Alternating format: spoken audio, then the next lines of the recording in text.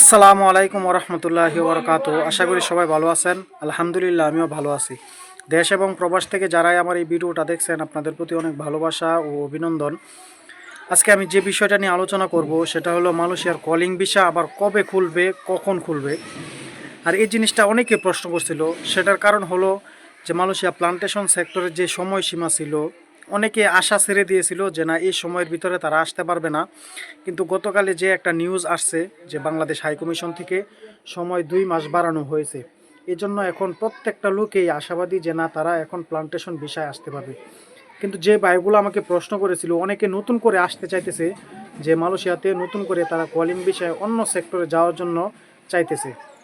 আবার অনেকে বলতেছে যে ভাই, আমার এমন আত্মীয় স্বজন থাকে, তারা আমাকে বলতেছে অন্য সেক্টরে দিবে, যেমন আপনার রেস্টুরেন্ট ভিসা, কাউকে কন্ট্রাকশনের ফ্রি ভিসা, কাউকে কোম্পানির ভিসা, কাউকে আবার আপনার পোলট্রি ফার্মের যে ফার্মের ভিসা দিবে, এটাও বলতেছে। তো আবার অনেক ভাই জিজ্ঞাসা করতেছে যে ভাই, কলিং ভিসা আবার কখন খুলবে, আপনার এই প্লান্টেশন ব্যতীত অন্য সেক্টর যে মালয়েশিয়া কলিং আবার কখন খুলবে, এই জিনিসটা জানতে চাইতেছি। তো আমি এই বিষয়টা নিয়ে আলোচনা করতে চাইতেছি যে আপনার বর্তমান সময়ে আপনারা জানেন মালয়েশিয়াতে একমাত্র প্লান্টেশন সেক্টর ব্যতীত অন্য কোনো সেক্টর চালু নেই। আর মালয়েশিয়াতে কোনো খাতে আপনার কর্মীর কোনো চাহিদা নেই। বর্তমানে যারা মালয়েশিয়াতে অবস্থান করতেছে, একমাত্র তারাই বলতে পারবে যে মালয়েশিয়ার বর্তমান পরিস্থিতিটা কেমন। মালয়েশিয়ার বর্তমান পরিস্থিতিটা এমন হয়ে দাঁড়াইছে যে মানুষ কাজের জন্য হাহাকার করতেছে। এমন একটা সময় আপনার 2023 সালে গেছিল, যখন কলিংয়ে প্রচুর পরিমাণে লোক মালয়েশিয়াতে গমন করছে। তো বর্তমানে আস্তে আস্তে এই জিনিসটা কিন্তু আপনার সংকট কাইটা উঠতেছে। বর্তমান 2023-এ যেমন একটা সংকট ছিল, কাজের চাহিদা ছিল না, মানুষের অনেক চাহিদা ছিল, কিন্তু কাজ খুবই কম ছিল। কিন্তু বর্তমান সময়ে এই জিনিসটা সংকট থেকে মালয়েশিয়া খুবই অনেক দূর কাইটা উঠছে। তবে আশা করা যায় আপনার মালয়েশিয়া 25 সালে অন্য আর কোনো সেক্টরে কলিং চালু হবে না। অনেক ভাই এই প্রশ্নটা করতেছেন যে বা মালয়েশিয়া কলিং আবার কখন খুলবে। আবার অনেকে কিন্তু চাইতেছে, তাদের আত্মীয় স্বজন কথা বলতেছে, তাদেরকে ভালো একটা ভিসা দিবে, ফ্যাক্টরি ভিসা দিবে, কোম্পানির ভিসা দিবে, এমনটা বলতেছে। দেখেন ভাই, তাদের কথা শুনে আপনি পাসপোর্ট জমা দিয়া 2 মাস, 3 মাস, 4 মাস, 5 মাস ঘুরবেন, এটা কিন্তু আপনার নিজের কারণে। আপনি আপনার আত্মীয় স্বজনের কথা শুনে আপনি ভালো করে যাচাই বাছাই না করা যদি আপনি পাসপোর্ট দিয়ে দেন, তাহলে এটা আপনার নিজের ব্যর্থতা। আপনার নিজের ব্যর্থতার কারণে আপনি মনে করেন পরিস্থিতির শিকার হয়ে দাঁড়াবেন, আপনি সমস্যার সম্মুখীন হবেন। এই জন্য যদি আপনি পাসপোর্ট জমা দেন, আমি কিন্তু এর আগে আপনাদেরকে বলে দিছি যে প্রবাসী কল্যাণ যে ওয়েবসাইট আছে, প্রবাসী ওয়েবসাইট আছে, ওইখানে যাবেন। ওইখানে যাওয়ার পর প্রত্যেকটা দেশের কোন কোন দেশে কোন কোন এজেন্সি কর্মী পাঠাইতে পারবে, কোন কোন ফ্যাক্টরিতে পাঠাইতে পারবে, কোন কোন ক্যাটাগরিতে পাঠাইতে পারবে, কত টাকা নির্ধারণ করে দিয়েছে মন্ত্রণালয়, কিন্তু ওইটাতে দিয়ে দেয়। এই জন্য আপনারা এই জিনিসগুলো যাচাই করবেন।